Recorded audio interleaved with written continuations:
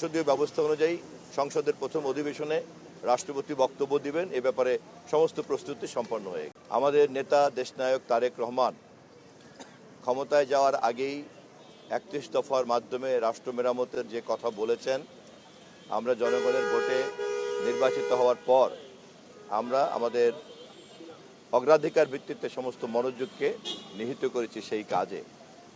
তার মধ্যে জনগণকে সেবা দেওয়ার পাশাপাশি আমরা আমাদের এই আইন বিভাগকে, বিশেষ করে জাতীয় সংসদকে পরিপূর্ণ মাত্রায় কিভাবে কাজে লাগাতে পারি এবং সরকারি দল হিসাবে সংসদ নেতার পক্ষ থেকে সংসদকে সবসময় জীবন্ত রাখার যে দায়িত্ব আমাদের আছে, সেটা আমরা কিভাবে করতে পারি এবং আমাদের দায়িত্বের মধ্য দিয়ে আমরা দেশে একটা প্রকৃত অর্থেই কার্যকরী সংসদ তৈরি করে একটা কার্যকরী সংসদীয় ব্যবস্থা প্রতিষ্ঠা করতে পারি, সে বিষয়েই আমরা আমাদের মাননীয় এমপি মহোদয়দেরকে পরামর্শ বিনিময় করছি।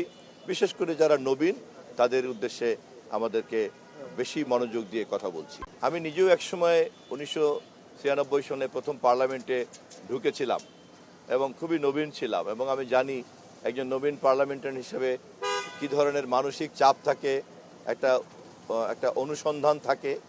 আমরা কেবলমাত্র সেই সমস্ত মানসিক চাপ এবং অনুসন্ধানটাকে দলের পক্ষ থেকে পরিকল্পিতভাবে পূরণ করার চেষ্টা করছি। জাতীয় পর্যায়ের একজন জনপ্রতিনিধি হিসাবে যখন তাকে দায়িত্ব পালন করতে হবে এবং তার সবটাই করতে হবে একটা রুলস অফ প্রসিডিউরের মাধ্যমে, এটি খামখেয়ালি বা খেয়াল খুশির মতো করা যায় না।